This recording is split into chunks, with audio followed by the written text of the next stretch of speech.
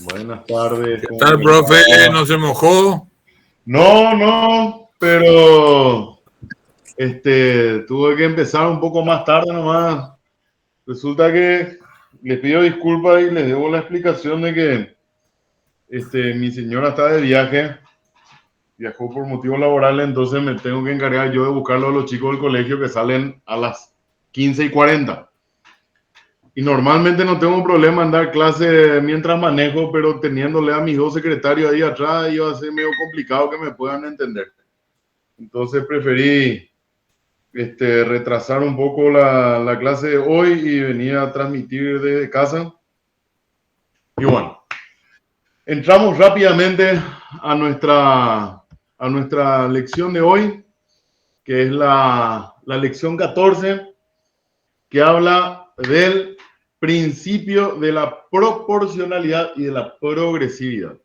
Después de ver los resultados que estuvimos hablando la semana pasada de los exámenes y todo eso, me pareció que un punto de mejora que podríamos tener en la clase de repente sería, a fin de tratar de ubicarle un poco al alumno sobre lo que vamos a hablar. Voy a tratar de hacerlo ahora en adelante. Hablar un poco o explicarles un poco en qué consiste el objetivo de cada lección, porque en eso se resume qué es lo que buscamos en la clase, qué es lo que yo pretendo que ustedes entiendan, qué es lo que pretendo que ustedes aprendan y sobre todo, si es posible, darles a entender qué es lo que justifica y para qué les va a servir lo que yo les voy a explicar en cada clase. Entiendo que si bien el resultado generalmente es atribución del alumno, pero los docentes tenemos también que buscar las formas constantemente de que el alumno se pueda interesar más en la materia. Entonces me parece que un punto importante es hablar siempre al comienzo de cada lección de qué es, sobre qué trata esto y para qué les va a servir. En relación a este tema puntual de la proporcionalidad, de los principios de proporcionalidad y progresividad, ¿para qué nosotros queremos que ustedes aprendan esto? ¿Cuál es el objetivo que buscamos en la cátedra con esta lección con relación al alumno? Y son básicamente 4 objetivos, es bien cortito y conciso. Primero, que ustedes sepan identificar, ¿verdad? Básicamente en qué consiste los conceptos de proporcionalidad y progresividad en la imposición. El segundo objetivo es que puedan identificar el modo de afectación que tienen estas dos modalidades, la proporcionalidad y la progresividad. Este modo de afectación sobre la economía de los contribuyentes, que somos todos, ¿verdad? Cómo nos afecta, cómo se manifiesta sobre nuestras economías. El tercer objetivo que buscamos es que también ustedes puedan acceder a cuáles son los fundamentos de cada tipo de gravamen. O sea, ¿de dónde sale esto? ¿De qué escuela, de qué pensamiento, a quién se le ocurrió?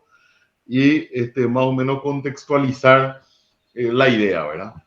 Y después finalmente que cada uno pueda sacar su conclusión bajo su propio criterio de cuál de los principios o cuál de los modos de afectación es el más justo. ¿Para qué les va a servir lo que vamos a hablar hoy a ustedes? Para entender cuáles son las formas que puede usar el Estado para afectar en mayor o menor medida a nuestros presupuestos personales en la búsqueda de fondos. O sea, cuáles son las modalidades que puede utilizar el Estado para meter legalmente la mano en nuestro bolsillo.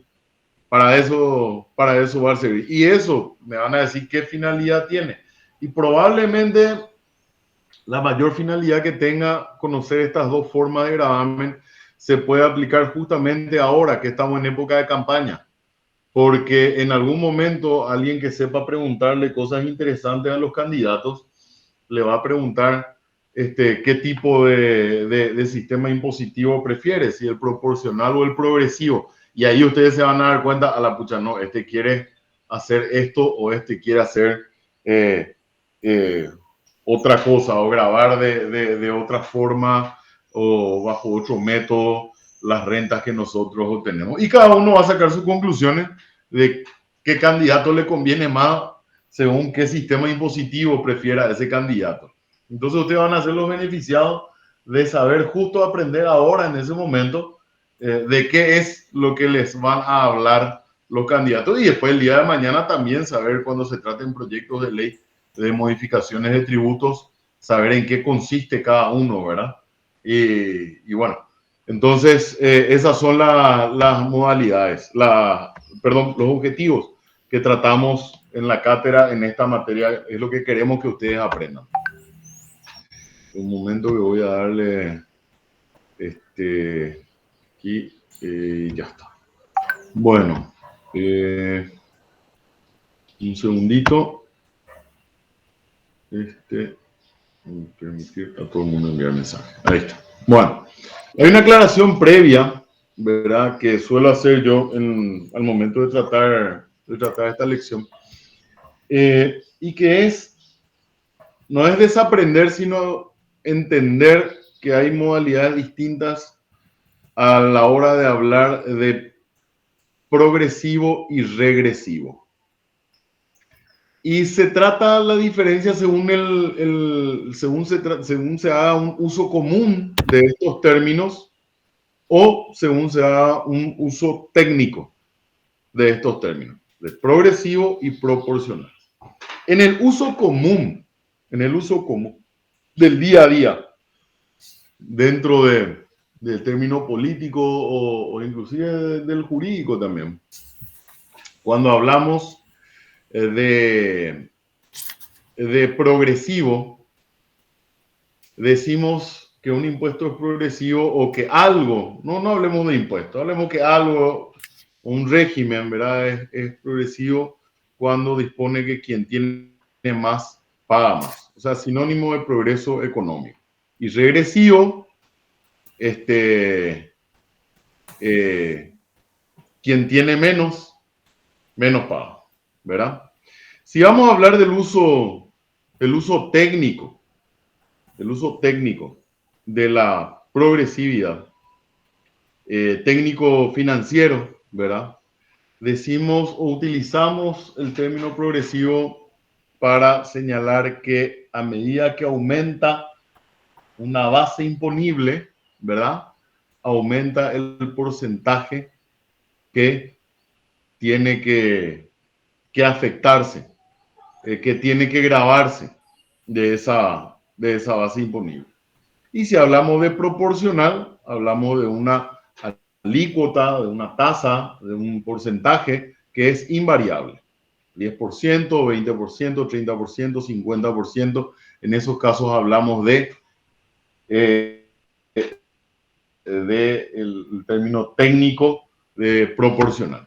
Y dentro de las generalidades, hecha esa aclaración, dentro de las generalidades de estos dos principios, el libro nos habla de ciertas circunstancias en donde entra a tallar el origen de estas dos formas de grabar, ¿verdad?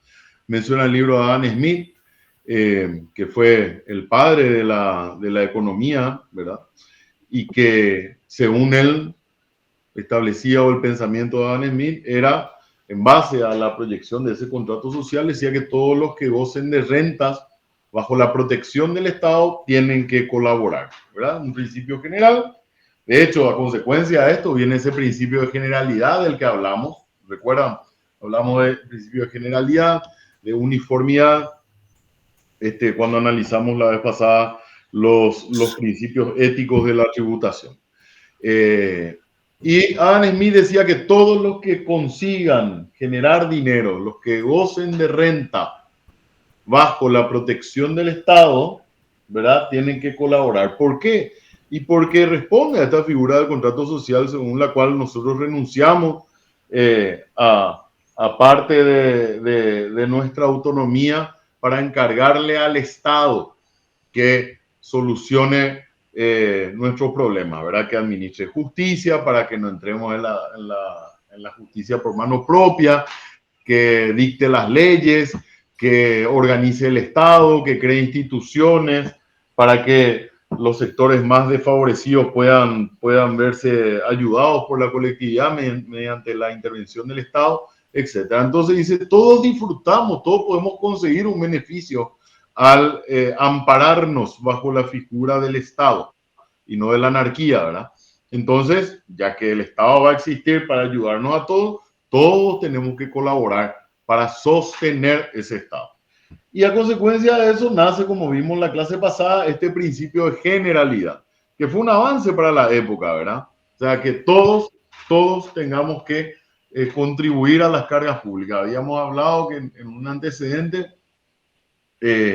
había una desigualdad notable en la aplicación del poder tributario. ¿Por qué? Porque el clero y la nobleza, recuerdan que les dije que ellos no se encontraban alcanzados por las obligaciones tributarias. Eran los que más generaban renta, los que más riquezas tenían, pero sin embargo ellos no pagaban tributo. ¿Se le exigía tributo a quién? Y se le exigía tributo al que trabajaba la tierra, al que cosechaba, al que tenía animales, al que se esforzaba, etcétera, etcétera, al que se dedicaba al comercio, y así a los sectores más desfavorecidos o más sacrificados, por decirlo de una manera, era que a los que más se le exigía. Bueno, entonces, en un primer momento, decía, acá la primera conquista que tenemos que tener es que todos paguemos impuestos. Entonces, de ahí nace este principio de generalidad que fue un avance para la época, ¿verdad? Que estuvo inspirado, por supuesto, en esta concepción de igualdad jurídica de los ciudadanos, porque decía, esta generalidad se aplica en base a qué? A que todos somos iguales ante la ley. Los gobernantes, los gobernados, los ricos, los pobres, el clero, los militares, etcétera, etcétera, todos dentro de un Estado somos iguales ante la ley. ¿Por qué entonces? ¿Por qué va a aplicarse una discriminación negativa y se va a terminar exigiendo el pago de impuestos a los sectores, a cierto sector de la población y a otro sector de la población no, ¿verdad? Bueno, y esto hoy en día, haciendo un poco un paréntesis, fíjense, anteriormente se decía que había una violación a este principio de igualdad jurídica de la imposición, según el cual todos estamos alcanzados por la obligación de pagar tributo.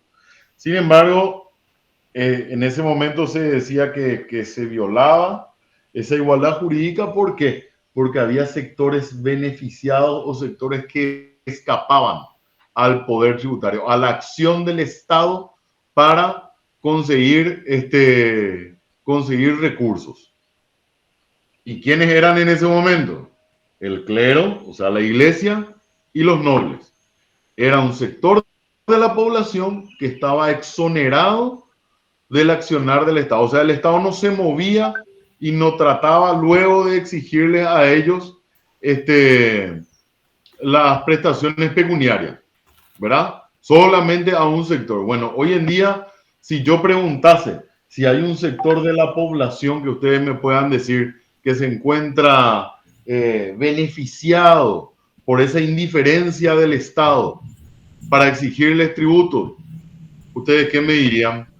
¿Ustedes piensan que hay algún sector de la población que se encuentra al margen de la obligación de pagar tributos? Por el motivo que fuere. Me parece que los legisladores tienen ciertas ventajas que no tenemos todos los mortales. Ese es un discurso bastante que prende bastante, Rubén. Pero en realidad... Yo no sé si algo ellos tenían, no sé si mantienen o se les sacó hace cosas 2 o 3 años. No sé qué impuesto lo que ellos, no sé si era la renta o algo por el estilo. En realidad... No eran los jugadores de fútbol. ¿Listo? ¿Qué tal, profesor? Buenas tardes. Los deportistas, por si acaso, no tienen esa ventaja que nos estaban pagando los futbolistas. ¿O no son los que carecen de capacidad contributiva? Muy bien, Liz, y muy bien, Guillermo, también. Los que carecen de capacidad contributiva no se perfecciona la obligación tributaria, pero sí se trata de personas que están contempladas en la ley, ¿verdad? Y con relación a lo que dice Liz, sí, había antes un beneficio, o sea, los futbolistas se amparaban en la inmunidad que otorga la Constitución al desarrollo de actividades de fomento del deporte. Y decían que yo no tengo que pagar impuestos, etcétera, etcétera. Pero después Hacienda le cayó, hizo una nueva interpretación y dijo, no, señor, ustedes están haciendo una prestación de servicio porque ustedes están bajo un contrato. Y como están prestando un servicio, una relación contractual, sí tienen que pagar. En realidad, ahora, fíjense, los sectores que se encuentran beneficiados con la inactividad del Estado Hola. son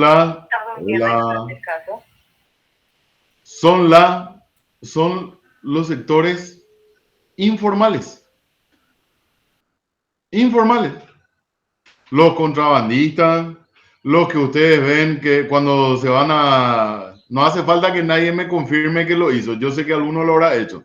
Cuando se van a Puerto Elsa, cuando compran mercadería del otro lado de Clorinda, los que venden mercadería en la línea fronteriza en Pedro Juan Caballero, los negocios en Ciudad del Este. O sea, los que están en la economía informal, Hacienda sabe, el gobierno sabe que ellos están esquivando las obligaciones tributarias. Sin embargo, por una cuestión de conveniencia política, y menos ahora en etapa de campaña, no les extiende la formalización de su negocio. Hoy en día, señores, imaginemos que ahora estamos conectados 35 a la clase. De los 35, imaginemos que básicamente, haciendo un paralelismo con el Estado, solamente 20 de los 35 estamos pagando impuestos. Y el resto del Estado el resto del Estado está sostenido, todo el Estado está sostenido por los 20 que pagamos impuestos. El resto, los 15, no pagan impuestos, pero también disfruta de las prestaciones del Estado. También disfruta de la carretera, también disfruta de los servicios médicos, bueno o malo, ¿verdad? De la salud pública. También disfruta del servicio de justicia, también disfruta del servicio legislativo, también disfruta de los acuerdos a los que llega el Estado paraguayo mediante los convenios que realiza con las relaciones diplomáticas. Sin embargo, y el Estado lo sabe perfectamente que acá hay 15, ahora 16 que no están pagando impuestos, el Estado no se mueve para formalizar esa economía. No sale a buscar. ¿O ustedes ven acaso que los funcionarios de Hacienda entran al mercado 4? ¿O ustedes ven que los funcionarios de Hacienda se van y le exigen que emitan factura a los que están sobre la línea en Pedro Juan Caballero? Claro que no. ¿Por qué? Porque le van a sacar disparando. Cada vez que intentan hacerlo, le sacan la patada. ¿Y qué hacen? Y dicen, no, y no se puede, porque nos agreden ellos cuando nos vamos. Bueno, antes teníamos al clero y la nobleza. Hoy tenemos al sector informal. Los que se encuentran sometidos según su antojo a las obligaciones de una economía formal. Solamente van a pagar impuestos si ellos quieren. El resto, que presentamos nuestro IVA mes a mes o que pagamos nuestra renta, no tenemos forma de escapar. Ellos sí. Entonces ven cómo la historia va cambiando con el tiempo. Y por supuesto hay también otras situaciones de grandes riquezas que también consiguen, pero por medios elusivos. Y a eso vamos a llegar. Voy a meterle pata ahora para llegar a esa parte final del programa de la lección donde abordamos ese tema. Bueno, entonces, ¿qué es lo que sucede? Se inspiraba este principio de generalidad en la igualdad jurídica de los ciudadanos y ahora el problema era en adelante el desafío de trasladar esa igualdad jurídica ¿a dónde? Al plano económico. Todos somos iguales ante la ley. Bueno, en el sostenimiento del Estado, al momento de meter la mano en el bolsillo, en el plano económico, también tenemos que ser iguales ante la ley. Y la idea principal para lograr esto se cumpla o no, ¿verdad? pero la idea principal siempre es conseguir o alcanzar la igualdad del sacrificio a la hora de soportar las cargas.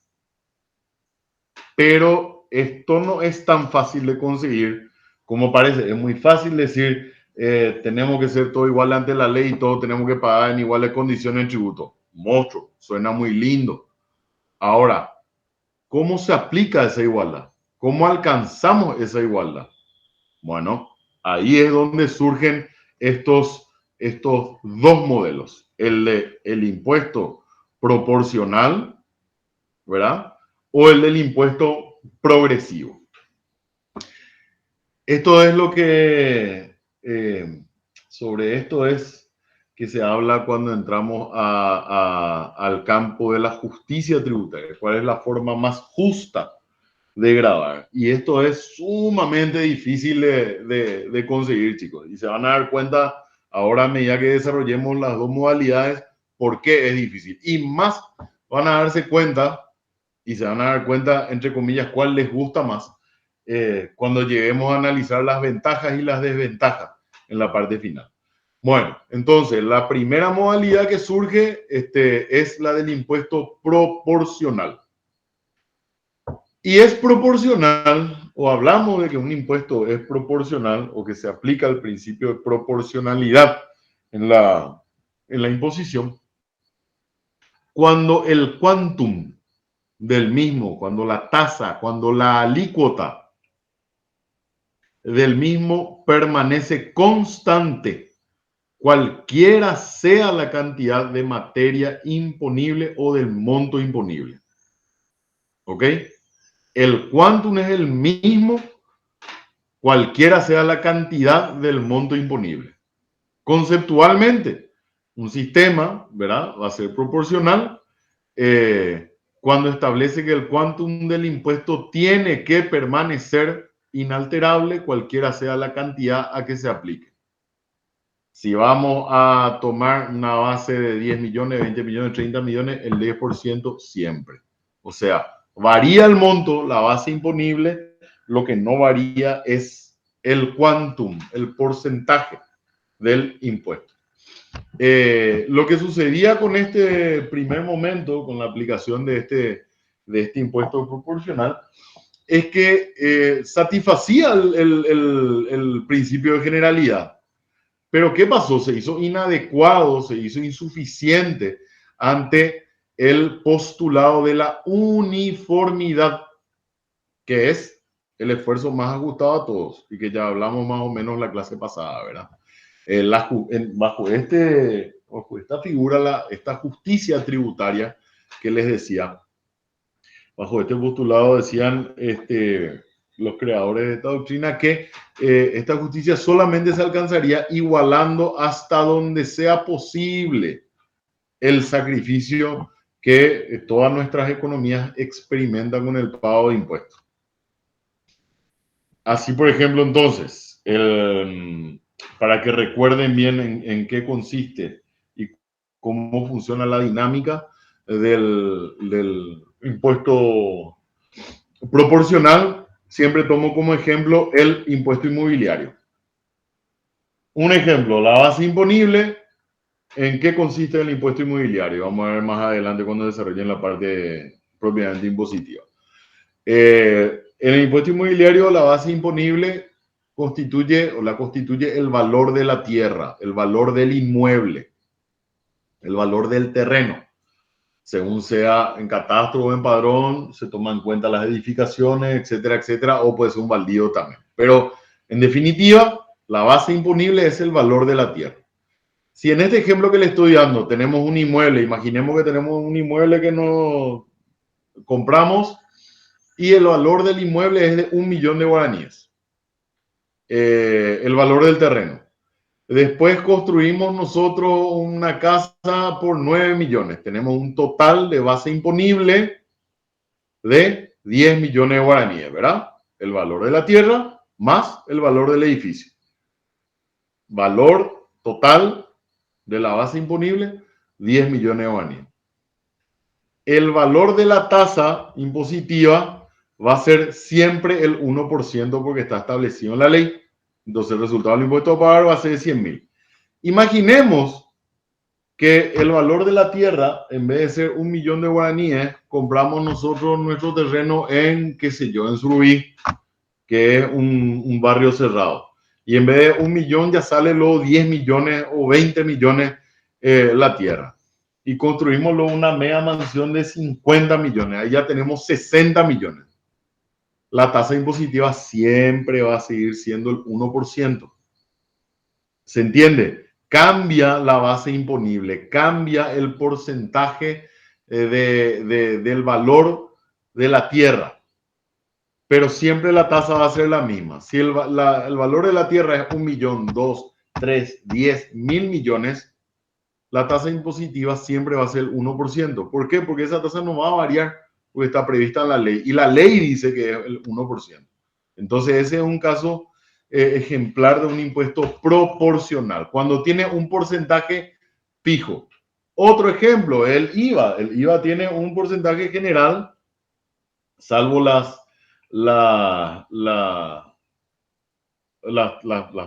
operaciones especiales, ¿verdad? Del 10%. En general, ustedes ven en todas las facturas, ven que el IVA dice 10%.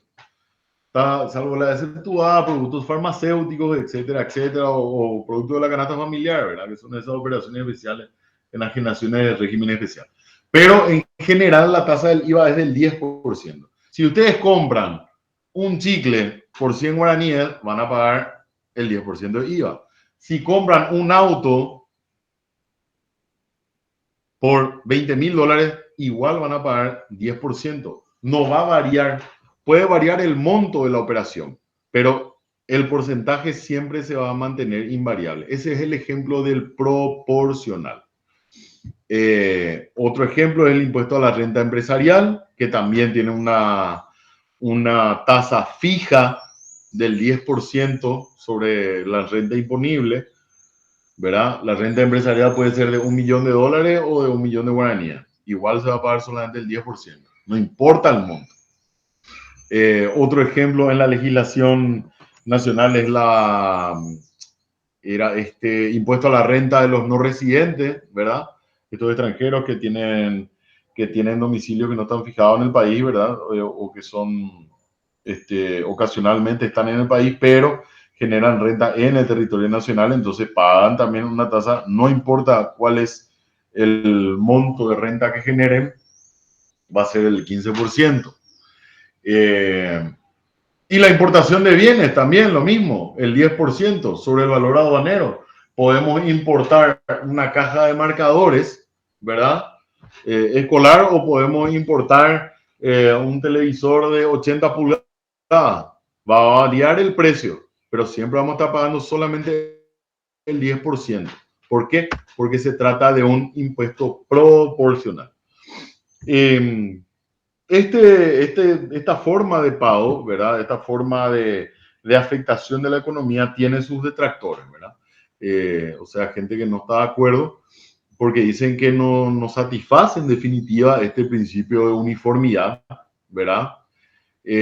¿Por qué? Porque no atiende a la capacidad contributiva de las personas, que pueden tener capacidad contributiva distinta.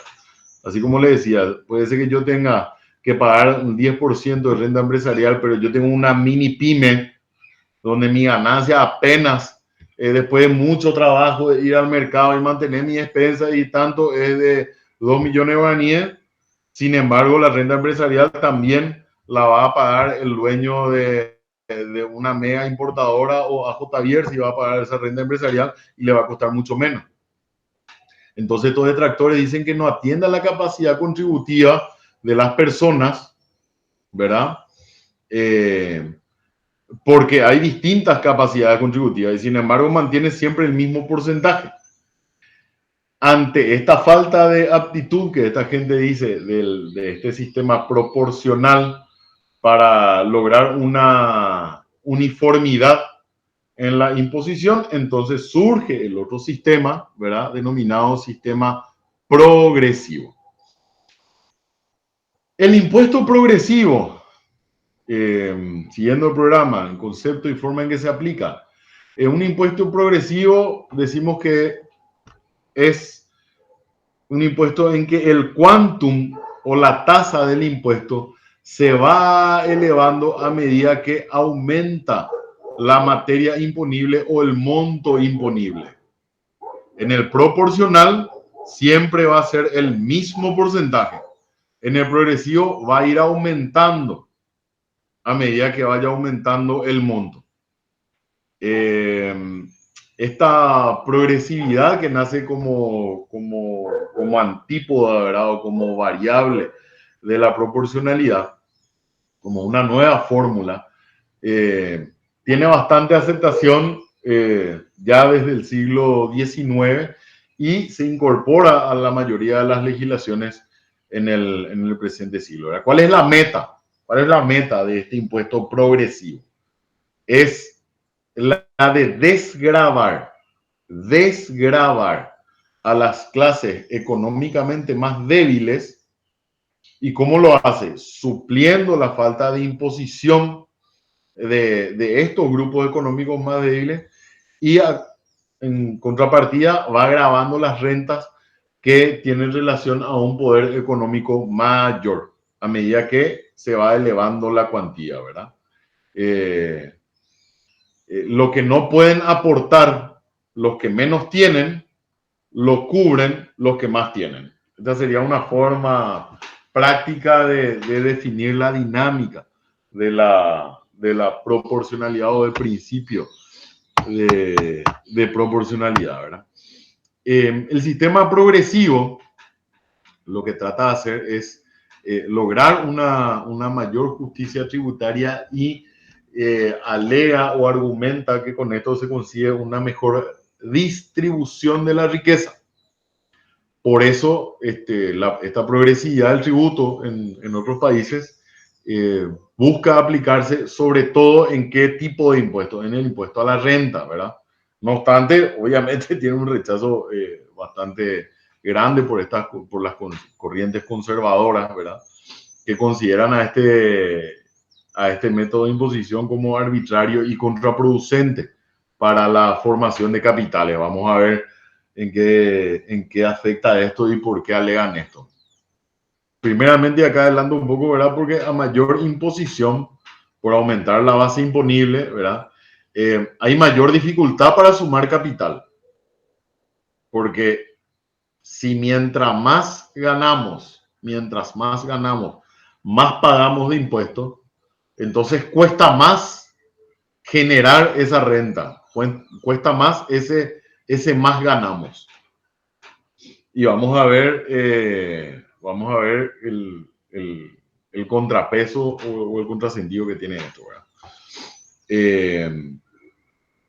Primero, las consecuencias que se ven principalmente es que se alega que el efecto redistributivo es positivo, porque dice, bueno, hay una liberación, por decirlo de alguna manera, de las cargas impositivas de los sectores más desfavorecidos y se redistribuye el peso del sostenimiento del Estado y el más débil aporta acorde a su condición y el más fuerte aporta acorde también a su condición.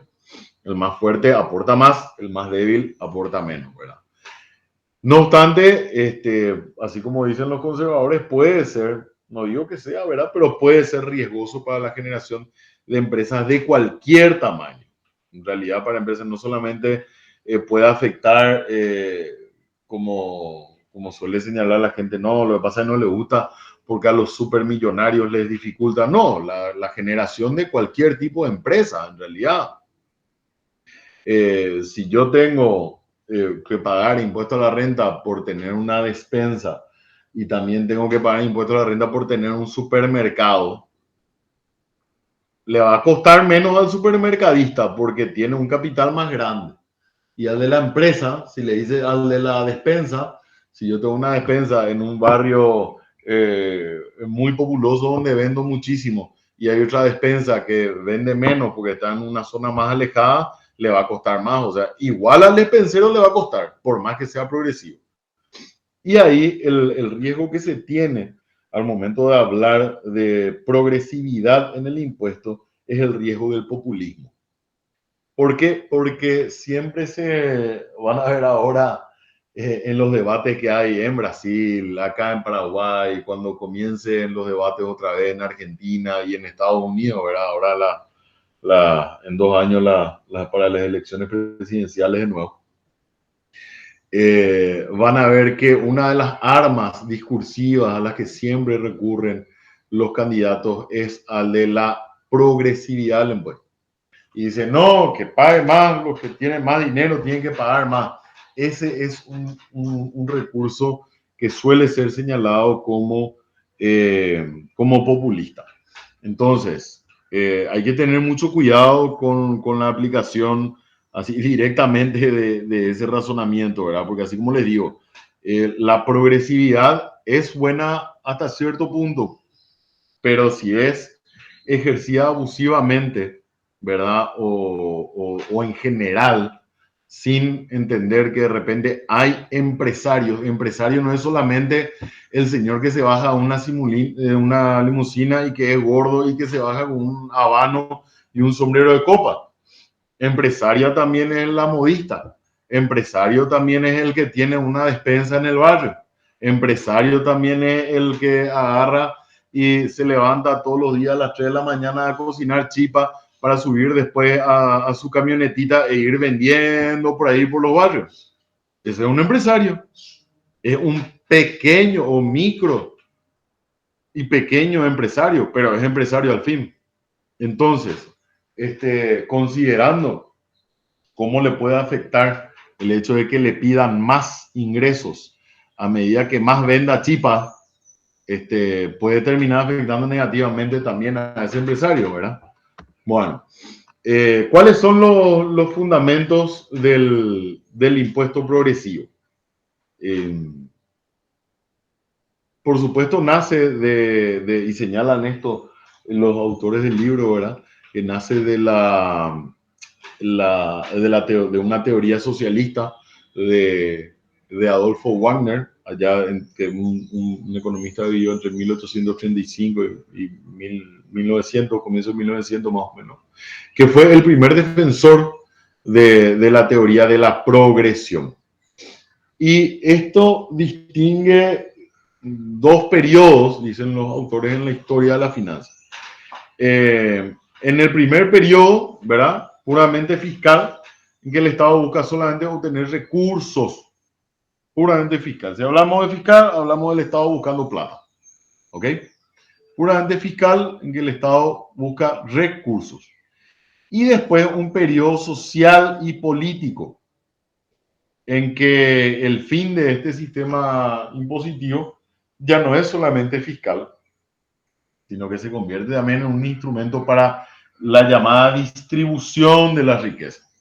Entonces, esta teoría socialista que da nacimiento a la progresividad, en un primer momento, ¿para qué nace? Y para que el Estado pueda conseguir más dinero.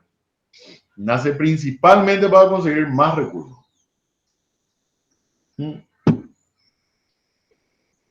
Y después se van dando cuenta que puede tener otra finalidad y puede servir para lo que se da a llamar la redistribución de la riqueza.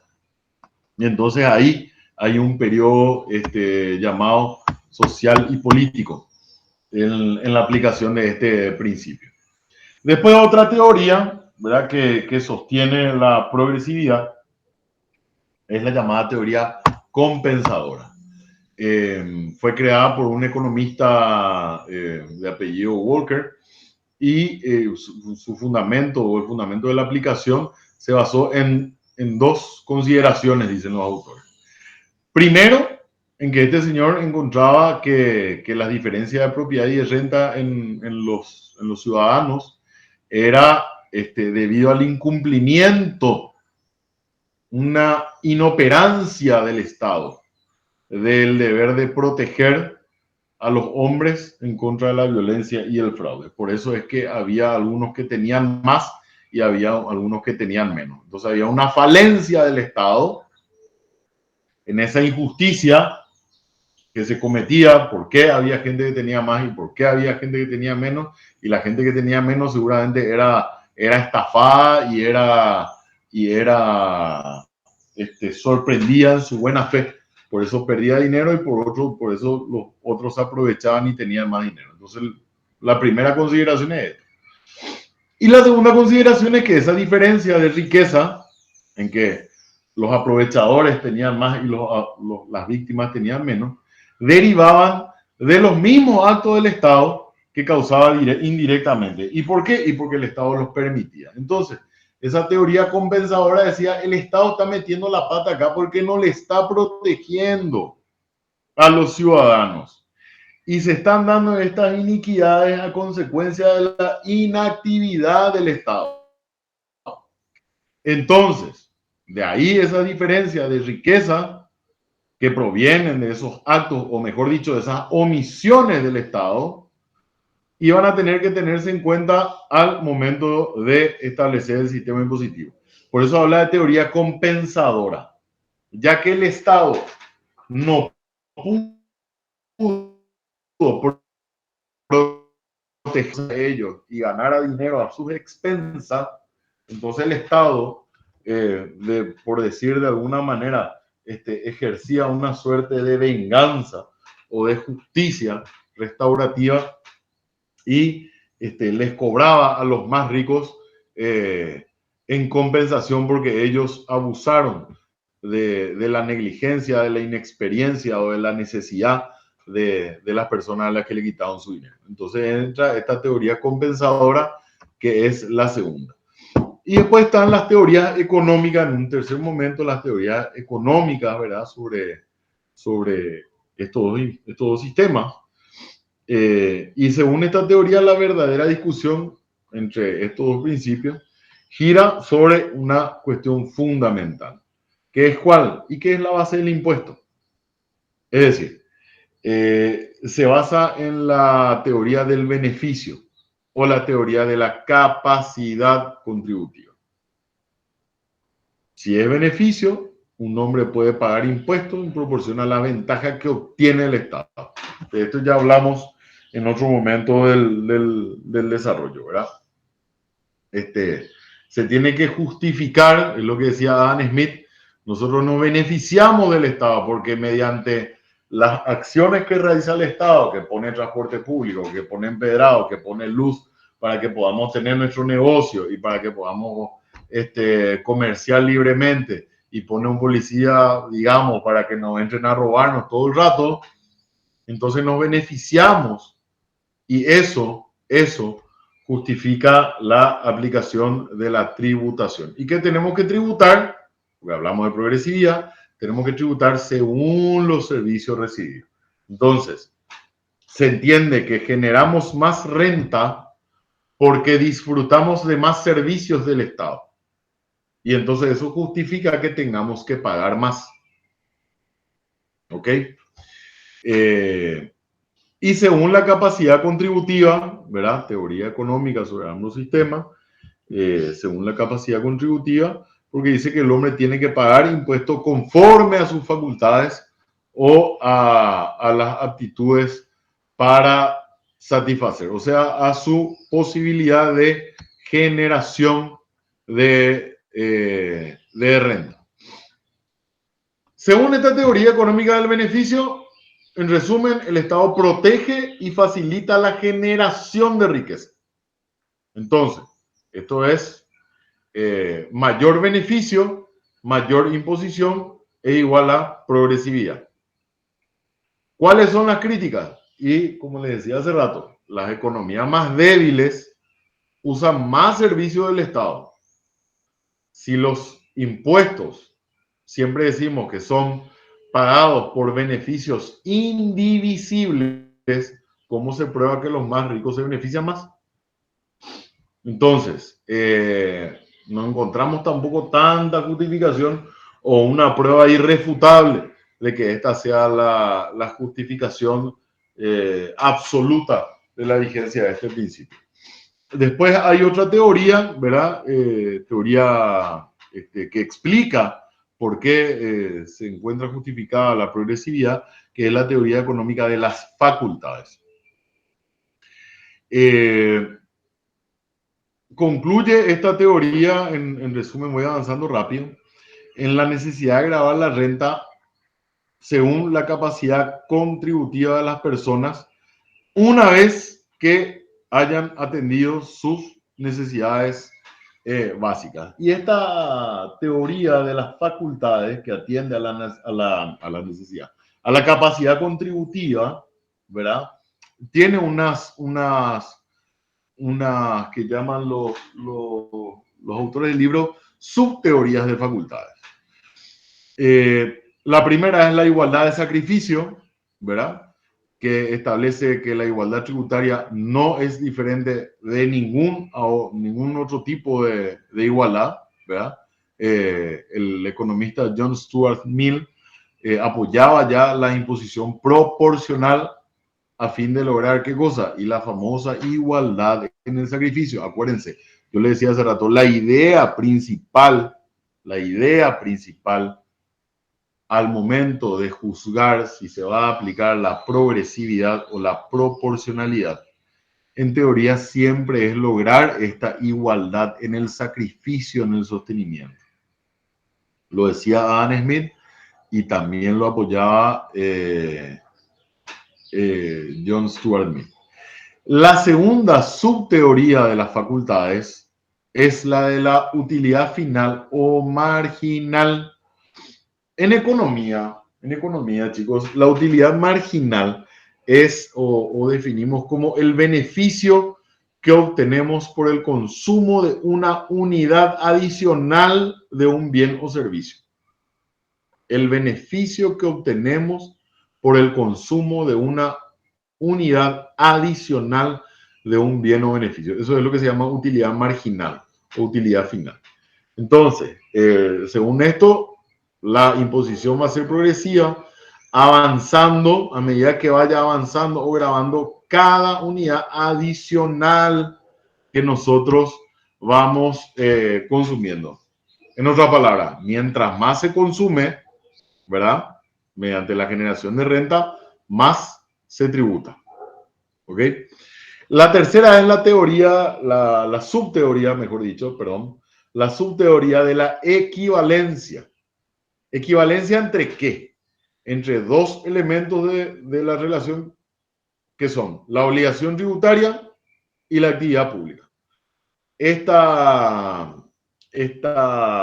aplicación, ¿verdad? Del principio de equivalencia no viene a atender entonces a la posición socioeconómica del contribuyente en la comunidad, sino que ¿qué es lo que hace? Establece una relación bilateral entre el poder público y el contribuyente.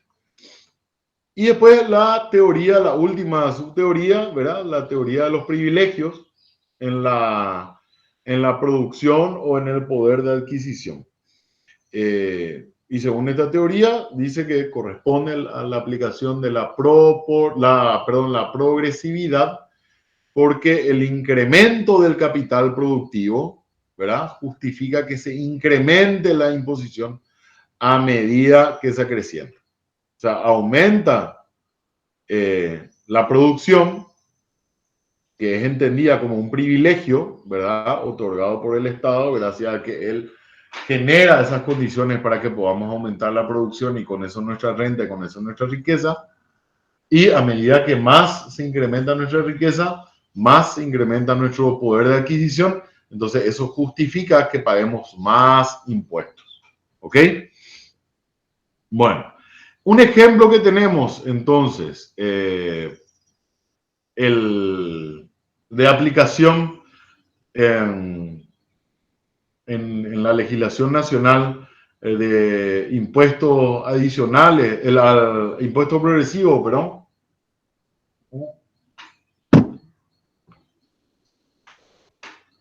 Es el impuesto adicional al inmueble de gran extensión y a los latifundios. Esto fue modificado, pero no en gran medida, ¿verdad?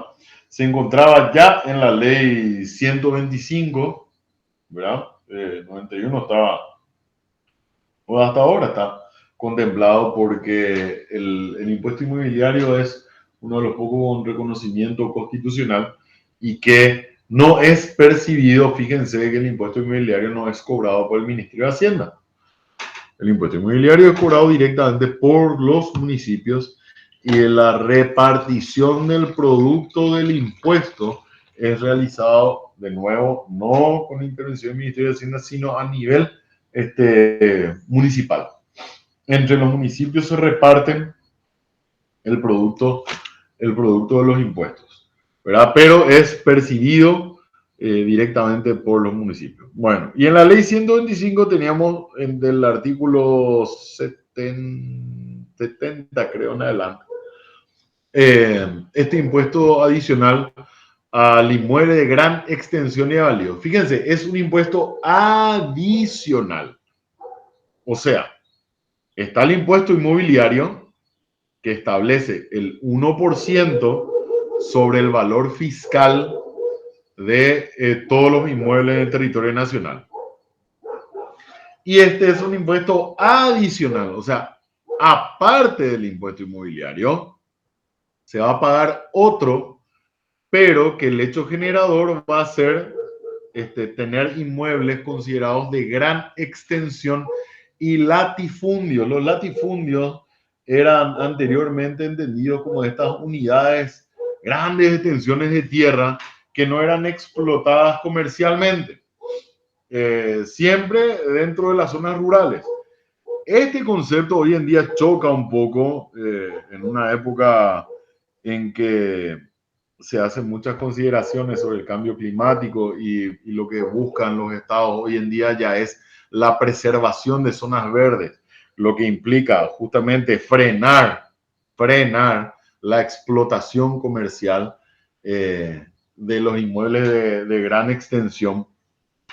En otras palabras, en el 91 con la ley 125 se castigaba, entre comillas, con un impuesto a los latifundios. Hoy en día lo que las Naciones Unidas y los organismos multilaterales y todo el mundo está buscando es que haya más latifundios, o sea, que haya mayores extensiones de tierra que no sean explotadas comercialmente y que implican un reverdecimiento de los inmuebles. Bueno,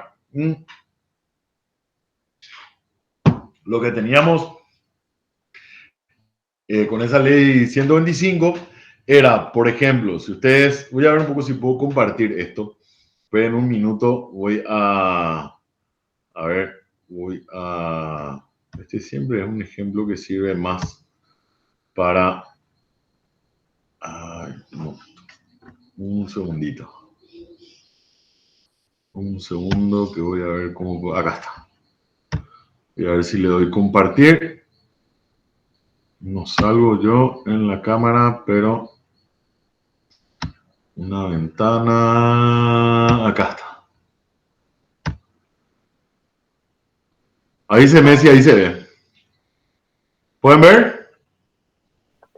Sí, profe. Se ve. Bueno, ahí fíjense, un impuesto adicional al inmueble de gran extensión y a los latifundios. Estos latifundios son los que hoy en día todo el mundo quiere que vuelvan a existir, que hayan zonas verdes sin explotación comercial. Y acá pueden ver ustedes cómo funciona el impuesto progresivo. Tenemos la zona en que se aplica, región oriental, la superficie de los inmuebles en hectáreas. En la región occidental, la superficie de los inmuebles en hectáreas. Y el impuesto adicional. Y acá vemos, en la región oriental, la base imponible, inmuebles de 10.000 hectáreas hasta 10.000 hectáreas libre. De 10.001 hectáreas a 15.000 hectáreas paga 0,5%. ¿De qué? Del valor. De 15.001 a 20.000, 0,7. De 20.001 a 25.000, 0,8. ¿Qué vemos acá? Y lo mismo en la región occidental. A medida que aumenta la base imponible, ¿verdad? A medida que aumenta la cantidad de extensión de tierra y con eso aumenta el valor, vemos que la tasa, ¿qué va haciendo? Va subiendo. En esto consiste la progresividad. ¿Ven? Aumenta la base imponible, en este caso la cantidad de hectáreas. Esto podría ser cualquier otra cosa, podría ser hectáreas, podría ser millones en generación de renta empresarial, podría ser cualquier cosa. Pero a medida que aumenta la base, ¿ven? Va aumentando el porcentaje, va progresando el impuesto o la tasa del impuesto. En cambio, si fuera porcentual, estos números de acá no existirían. Sería, independientemente que nuestro inmueble tenga 10.000, 15.000, 20.000, 30.000, más de 30.000, 1.000.000 de hectáreas, si fuera porcentual o fuera proporcional, el impuesto sería o la tasa sería siempre la misma. En la progresividad, aumenta la base, aumenta la tasa del impuesto. Va progresando. Profesor, ¿Okay? Profe, Sí, adelante, sí. Norma, adelante, Norma. no, yo quería preguntar nomás si eso también cuenta como que uno tiene una casa chica y luego va agrandando y te van cobrando más el impuesto también, o es diferente eso. Excelente pregunta, Norma, y la respuesta para tu tranquilidad es no. Ujú. En realidad lo que sucede es que vos vas a ponerle que vos tenés una casa a un piso y de repente sacaste BIN 8 y decís, bueno, voy a construir un edificio de departamento acá. La tasa siempre va a ser del 1%. Lo que va a variar, sí, es el valor de tu inmueble. Pero tu tasa no va a ser como en este caso, que a medida que tu valor sea más grande, tu tasa va a ir subiendo. Tu impuesto siempre va a ser del 1% sobre el valor de tu construcción. ¿Se entiende? Tu casa va a ser más linda, va a valer más, pero la tasa del impuesto no va a cambiar. Siempre va a ser el 1%. ¿Por qué? Porque el impuesto inmobiliario que pagamos es proporcional. Este es un impuesto, como ven acá, adicional. Esto es para las zonas rurales. ¿Se entiende? Porque no hay Profesor, zona urbana que tenga, no hay una casa de 10.000 hectáreas, ni de 10.001, ni de 30.000 hectáreas, ¿verdad? Entonces, esto es solo para zonas rurales, en cuanto a la consulta que vos me estás haciendo, Norma. ¿Me Vale, explico? muchas gracias. Sí, profe, doctor, gracias. Ok. es 10.000 hectáreas libres, 1%. Después es 10.000, 1 a 15.000 es 1 No, más 0,5. hasta 10.000 hectáreas libre. ¿Libre es 1% o no es? No. Hasta 10.000 hectáreas no paga nada. Si vos tenés un inmueble No. que mide hasta 10.000 hectáreas, no pagás solamente el 1% inmobiliario, no pagás adicional. Ahora, si tu inmueble, te fuiste a Paraguarí y en Paraguarí compraste uno que tiene 10.001 hectáreas, vas a pagar, aparte del 1%, Sí, eso quería saber. vas a pagar un 0,5. Si aumentaste, compraste el del vecino y pasaste lo a 25.000 hectáreas, vas a pagar tu 1% y aparte un adicional del 0,8. Y si ya te forraste luego y compraste uno de 30.001 hectárea, vas a pagar tu 1% de impuesto inmobiliario más el adicional del 1%. ¿Por qué? Porque ya es demasiado grande tu inmueble. Entonces vas a pagar en dos casos un 1%. Uno en concepto adicional y otro en concepto de impuesto inmobiliario. ¿Se entendió? Bueno, entonces, ahí vuelvo de nuevo a mi presentación habitual. Y ese es un ejemplo que siempre le doy a los chicos de impuesto, de cómo actúa este impuesto proporcional, progresivo. Ahora, a lo que quería llegar, ¿en qué consiste este análisis de ventajas y desventajas? ¿Cuál es el que conviene más? Y esta es una conclusión a la que llega cada uno después de analizar la forma en la que operan. Si hablamos de ventajas del impuesto progresivo, el primer argumento que suele mencionarse en cuanto a ventajas es que dice que se aplica sobre una igualdad de ingresos, ¿verdad? Y dicen los que defienden este impuesto progresivo, o sea, implica una igualdad de ingresos, porque dicen esta es una de las mayores ventajas, porque actúa como una herramienta para redistribuir, dicen, los ingresos de la clase alta a la clase baja y media. ¿Por qué? Y porque la fórmula dice que los que ganan más, pagan más, y los que ganan menos, pagan menos. El segundo argumento en cuanto a las ventajas es el de la justicia social. Porque dicen los defensores de la progresividad que se aprecia como moralmente correcto que aquellos que puedan pagar más en impuestos paguen más, y aquellos que tienen muy pocos ingresos tienen que recibir ayuda de los que pueden dar esa ayuda sin que les implique una afectación. Y dicen, esos impuestos, ¿para qué se utilizan? Y se utilizan para financiar la educación, servicios médicos, la asistencia para la vivienda y en general, ¿verdad? Estos programas de asistencia social para personas necesitadas o para personas que tienen menos ingresos. ¿Y con qué son solventados esos servicios sociales, esos servicios públicos? Y con los impuestos de la gente que tienen más ingresos. Entonces ese es el argumento de la justicia social. Un tercer argumento también es el del aumento, ¿verdad?, de los ingresos del gobierno. O sea, un criterio sería básicamente bien fiscalista, ¿verdad? Porque según este argumento, el sistema progresivo les permite a los gobiernos recaudar más dinero de los que obtienen mayores ingresos. O sea, aritméticamente luego permite generar más ingresos. Que si todos estuviéramos aportando un porcentaje fijo de los ingresos, eso dependería, si quisiera el gobierno aumentar, dependería de que se genere más renta para que ese porcentaje llegue a traducirse en mayores ingresos, ¿verdad?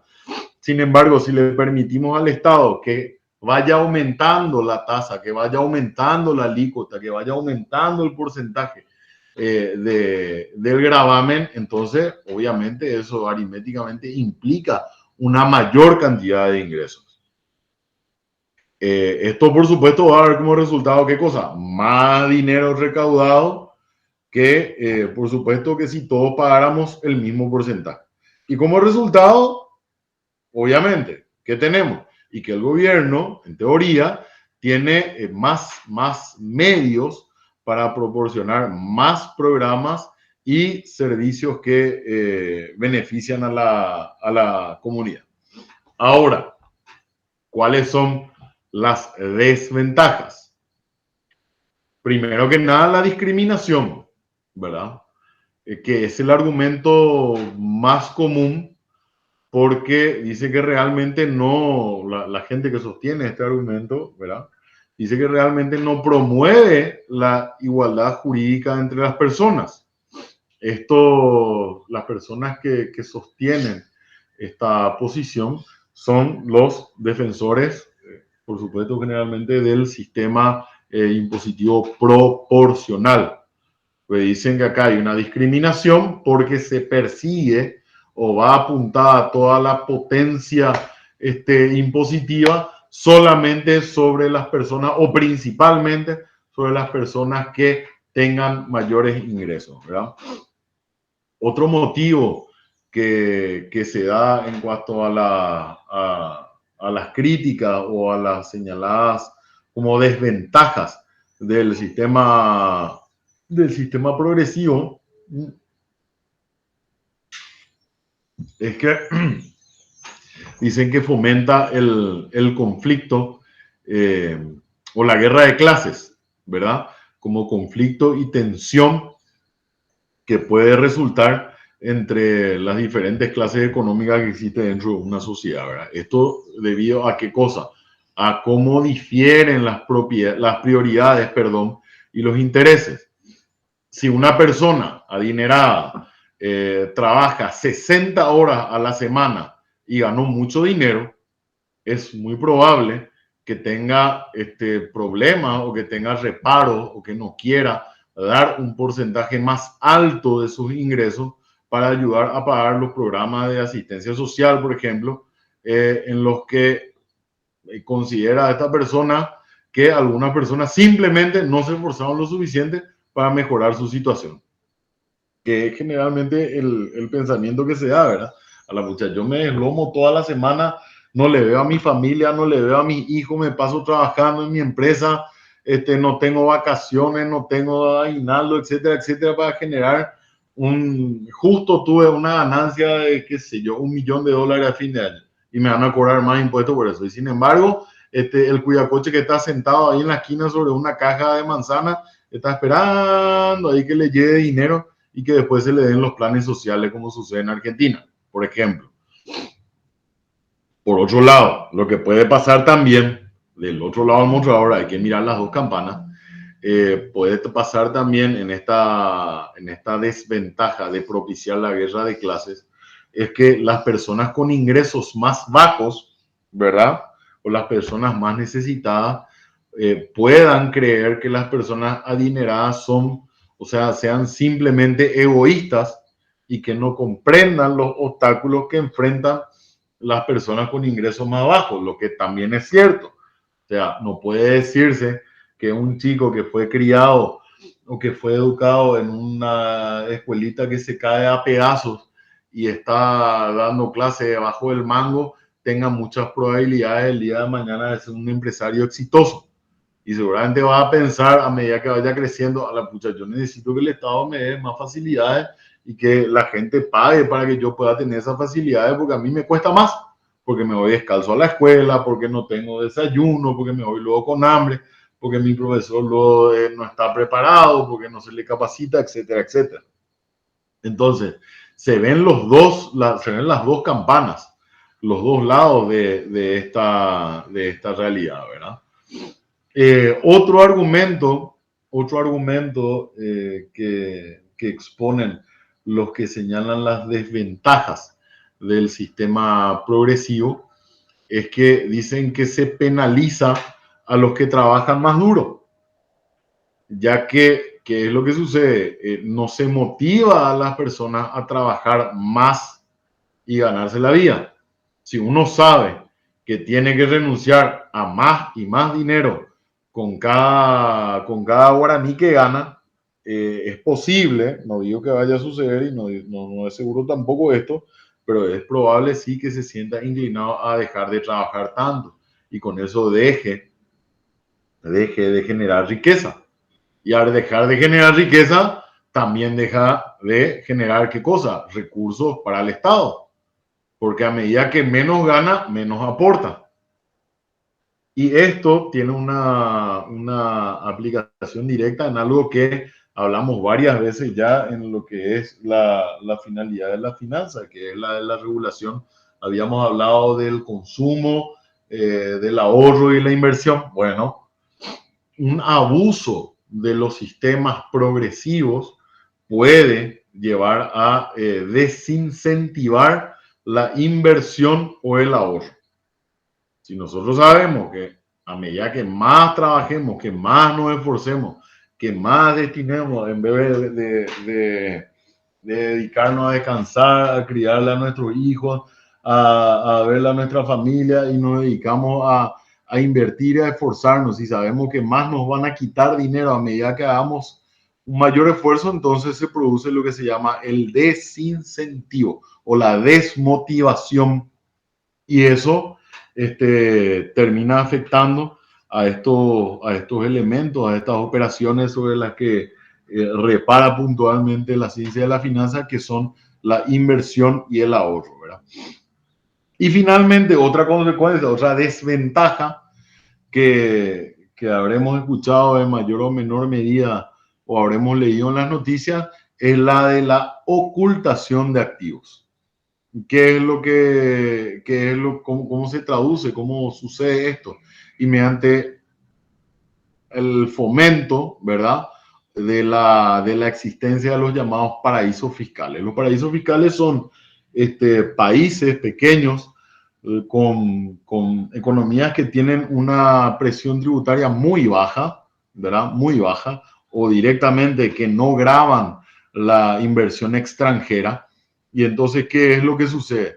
Cuando las personas pagan impuestos cada vez más por su dinero, lo que sucede es que desean tratar de hacer qué cosa, de evitar pagar estos impuestos, ¿verdad?, progresivos, y ocultar el dinero por el que probablemente trabajaron tanto. También puede darse el caso de que hayan trabajado, que lo hayan heredado, que haya sido producto del contrabando, de lo que sea, ¿verdad? Pero también entra la gente que trabajó mucho para conseguir el dinero y qué es lo que trata de hacer, y trata de ocultar ese dinero para que la imposición no le alcance, ¿verdad?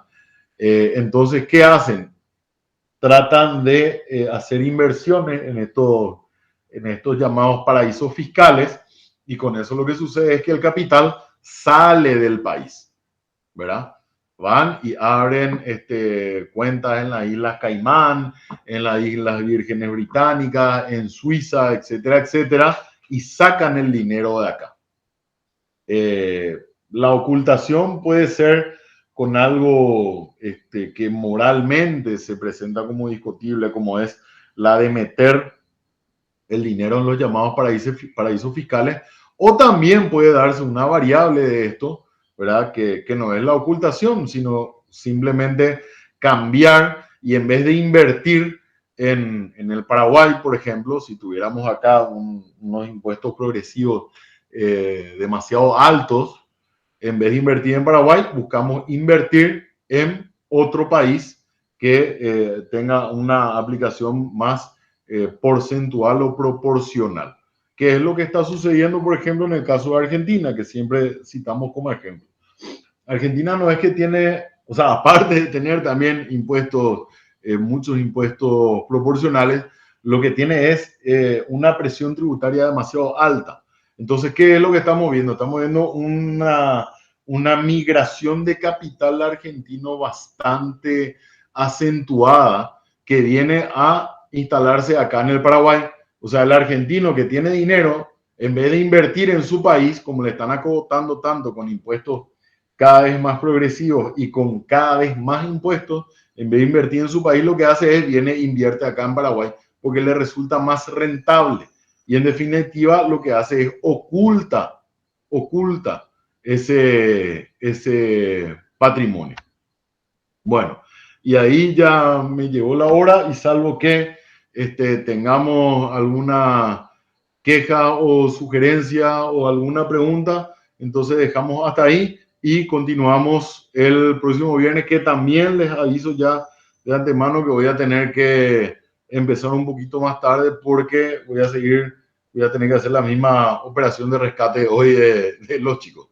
Bueno, les pido, por favor, antes de cerrar la comunicación, a que traten de hablar con los compañeros y conectarse, y tratar no digo que participen en las clases, pero al menos tratar de escuchar las clases, porque se nota mucho la diferencia entre la gente que siempre suele estar y la gente que suele atender en clase y más que suele participar. Se nota mucho eso en el examen. Se nota cuál es el alumno que está, que atiende, que entiende en mayor o menor medida lo que hablamos acá. Yo sé que no es lo mismo que tener la clase presencial, ni mucho menos, pero aunque sea, traten de congraciarse un poco con los compañeros y díganle que traten de participar, porque después eso les va a ayudar a generarse menos inconvenientes a la hora del examen. Bueno, dejamos hasta acá. Que tengan un buen resto de semana y nos vemos el viernes entonces. Pórtense bien. Hasta el viernes, profe. Gracias. Gracias, doctor. Hasta luego. Chao, chao. Adiós.